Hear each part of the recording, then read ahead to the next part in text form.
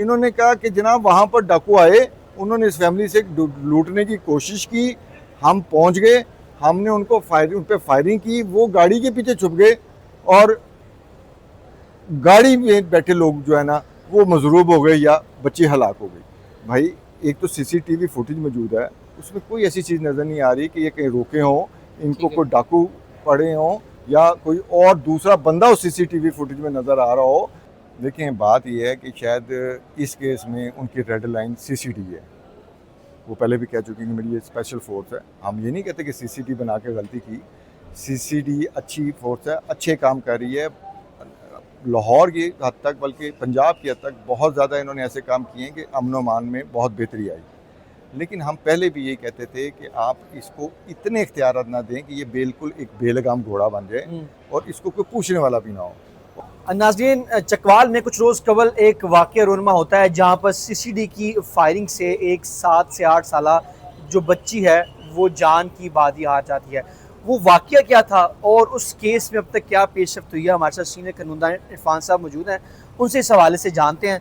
Sir, एक 7 से 8 साल बच्ची जो है वो जहाँ भाग हो जाती है, ये वाक़या हुआ क्या था, ये ज़रा बताइएगा।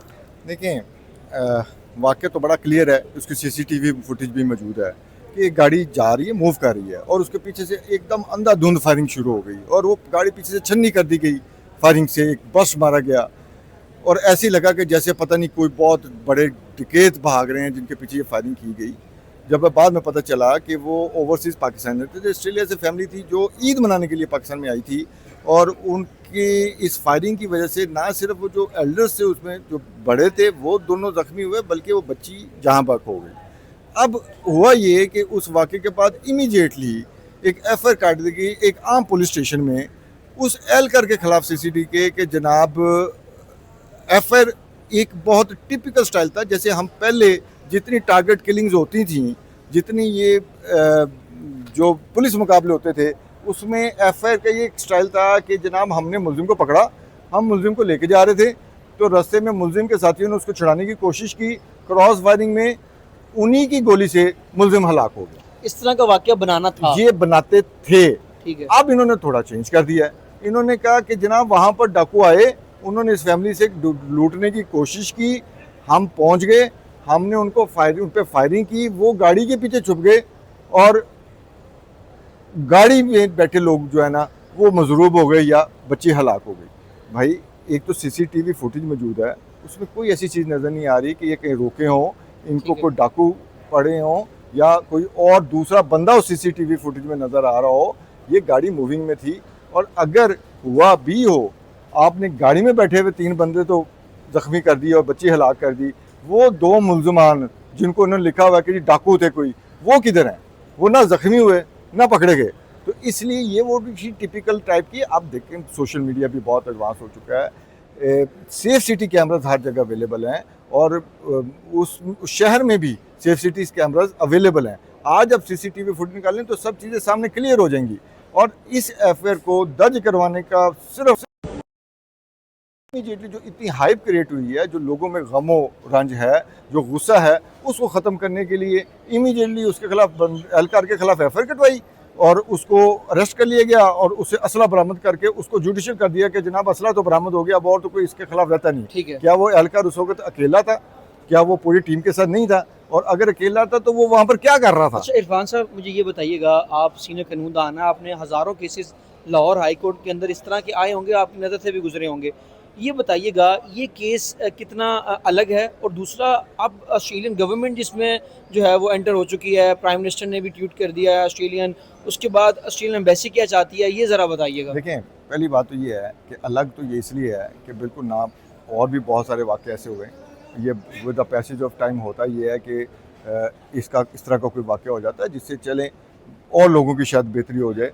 पहले भी बहुत सारे मतलब ना करता गुनाहों में लोग हलाक हुए हैं। अब ऑस्ट्रेलियन गवर्नमेंट के इन्वॉल्व होने की वजह से ये मामला थोड़ा सेंसिटाइज हो गया। अब जो सैयद ज़फ़र चट्टा साहब हैं, जो सरबराह हैं सीसीडी के, वो ख़ुद उनके घर जाके ना सिर्फ तज़ियत कर रहे हैं बल्कि इस वाक़े को एडमिट कर रहे हैं। अब वाक़े को एडमिट करने का मतलब ये है कि उन्होंने इस बात को मान लिया कि ये गलत हुआ अब क्या खाली मान लेना या खाली उनसे जाके तज़ियत कर लेना उनके नुकसान का ज़ाला हो सकता बिल्कुल है। ऐसे ही है। तो मैं ये कहूँगा कि ये बेसिकली जो एफ़आईआर काटी है, ये एफ़आईआर इस तरह नहीं कटनी चाहिए थी। होना ये चाहिए था कि इसके 2 तरीक़ाकार थे। या तो इस केस को देते वो फेडरल इन्वेस्टिगेटिंग एजेंसी को, ठीक है। जो कि पंजाब गवर्नमेंट के अंडर नहीं आती। बाकी सारे अदारे तो सीसीडीबी, आम पुलिस स्टेशन भी या और को इसका के जो पंजाब गवर्नमेंट के अंडर आने वाले अदारे हैं, वो सब पेटी भाई हैं। ठीक एक है। दूसरे की फेवर भी आप ये करेंगे। कहना चाह रहे हैं कि ये केस जो है एफआईए को टेकअप करना चाहिए एफआईआर था? को टेकअप करना चाहिए था या इस पे जुडिशियल इंक्वायरी करवा लेते। ठीक है। ठीक है, ये 2 तरीक़ाकार थे जिससे लोगों में भी इंप्रेशन आता है कि ये फ्री एंड फेयर इन्वेस्टिगेशन होनी है और इसका जो भी करार वाक़ई सज़ा होगी वो मिलेगी अगले को। अब तो आप भी यही हैं, हम भी यही हैं, हम उन एफआईआर में भी देखते रहे जिनमें पुलिस मुकाबले हो रहे थे कि बाद में ये कहा गया क्योंकि इसने अपने ऑफिशियल कैपेसिटी में, ऑफिशियल ड्यूटी में जो कुछ किया, तो इसलिए ऑफिशियल कैपेसिटी में जो काम किए जाते हैं उसको प्रोटेक्शन हासिल है और इसने कोई गलत काम नहीं किया, अपनी अख्तियारात से तजावुज़ नहीं किया। अब अख्तियारात से तजावुज़ करने का तयन क्या एक पुलिस वाला करेगा कि इसने अपने अख्तियारात से बिल्कुल तजावुज़ ऐसे नहीं ही है। किया? इसलिए इसमें जुडिशियल इंक्वायरी भी हो और इस केस को स्पेसिफिकली किसी फेडरल इन्वेस्टिगेटिंग एजेंसी को या किसी फेडरेशन के किसी इदारे को दिया जाए ताकि वो इस पर इन्वेस्टिगेशन करे, या और कुछ भी नहीं करते तो इसको यहाँ से उठा के किसी दूसरे सूबे को दे यानी दें। कि जो पेटी भाई अपने पेटी भाइयों की मदद करने की कोशिश करते हैं किसी भी केस के अंदर, वो इस केस में ना हो सके, ना एफआईए हो टेकअप करे ना करे इस हो केस को। एफआई टेकअप करे, एफआई इस पे प्रॉपर इन्वेस्टिगेशन करे, सरबराह से लेकर नीचे तक उस टीम का जो लीडर था उसको भी बुलाए और उसकी तमाम जो शाहिद हैं उसको इकट्ठे करें।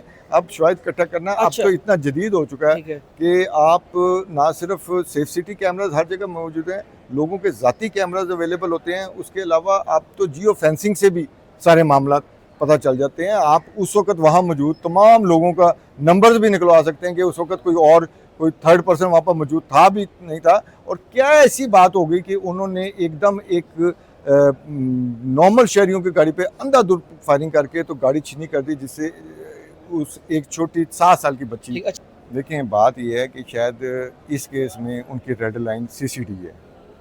वो पहले भी कह चुकी हैं कि मेरी ये स्पेशल फोर्स है। हम ये नहीं कहते कि सीसीडी बना के गलती की, सीसीडी अच्छी फोर्स है, अच्छे काम कर रही है। लाहौर की हद तक बल्कि पंजाब की हद तक बहुत ज़्यादा इन्होंने ऐसे काम किए हैं कि अमन अमान में बहुत बेहतरी आई।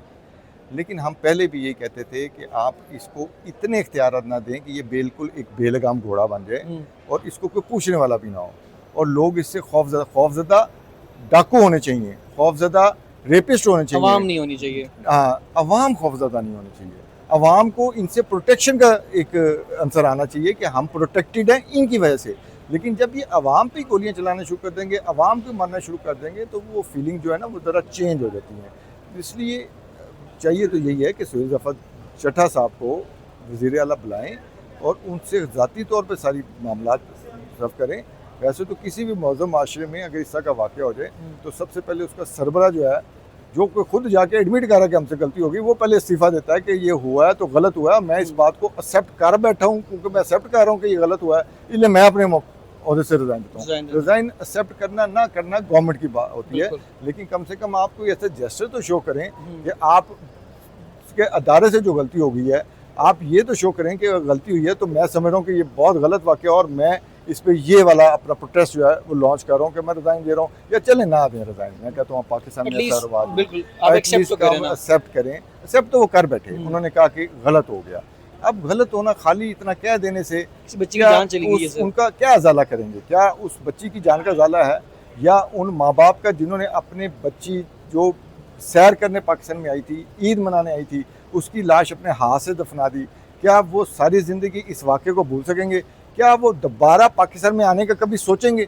वो कहेंगे कि जी हमारी तरफ से तो पाकिस्तान ख़त्म है, हम तो बाहर ही ठीक हैं जहाँ हम प्रोटेक्टेड हैं। लोग दूसरे मुल्क में प्रोटेक्टेड नहीं होने चाहिए, अपने मुल्क में आके उनको ये फीलिंग होनी चाहिए कि हम अपने मुल्क में हैं, हम यहाँ प्रोटेक्टेड हैं, या हम ए क्लास सिटीज़न हैं, वहाँ हम बी क्लास सिटीज़न हैं। लेकिन लोग अब ये सोचेंगे कि नहीं, बी क्लास सिटीज़न होना बेहतर है बजाय इसके कि ए क्लास सिटीज़न साबित करते करते हम अपनी जान से हाथ धो बैठे। ठीक है सर, मेरा आखिरी सवाल है इस केस के हवाले से, इस केस में अब तक क्या पेशरफ्त हो चुकी है और क्या नज़र आ रहा है चीज़ें आगे जाती हैं? देखें, पेशरफ्त तो मैंने आपको बता दिया कि एक एफआईआर हुई, उस एफआईआर पर उस बंदे को अरेस्ट किया गया, उससे रिकवरी करके उसको जुडिशियल भेज दिया गया, ये पेशरफ्त हुई। और आगे मैं वही बता रहा हूँ कि टिपिकल वही स्टाइल होगा कि जी डकैत थे, उसने फायरिंग की, उसने जानबूझ के नहीं की, और क्योंकि उसने डकैतों को पकड़ने के लिए सब अमल किया, और डकैत क्योंकि गाड़ी के पीछे छुप गए और डकैतों के और फायरिंग के दरमियान में गाड़ी आ गई, इसलिए ये वाक़या हो गया, क्योंकि उसने अपनी ऑफिशियल कैपेसिटी में किया था, इसलिए उसकी कोई गलती नहीं है। ठीक है, चलिए ये बहुत शुक्रिया सर, इरफान साहब हमारे साथ मौजूद थे जिन्होंने तफसीलन इस हवाले से गुफ्तगू भी की। एक बच्ची की जान चली गई, उसके बाद जो CCD के जो हेड हैं सुहेल ज़फ़र चट्टा साहब, वो उस बच्ची के घर भी गए और ख़ास तौर पे उसकी कब्र पे जाके उन्होंने फातिहा ख़वानी भी की। उसके बाद उस फूलों का जो हार था वो उसकी कब्र पे रखा गया। ये सारी चीज़ें बाद में मैटर नहीं करती, क्योंकि एक बच्ची की जान चली गई है और उसकी फैमिली के ऊपर क्या इम्पैक्ट पड़ेगा, क्या वो दोबारा जो है वो पाकिस्तान आएंगे या वो सोचेंगे कि दोबारा पाकिस्तान आकर यहाँ पर छुट्टियाँ गुजारें, यहाँ पर ईद का जो त्यौहार है वो सेलिब्रेट किया जाए। और दूसरा जो FIR के ऊपर भी अगर बात करें तो इरफान साहब ने ये कहा है कि एक सिंपल सी FIR की गई है, केस जो है वो FIA को टेकअप करना चाहिए था।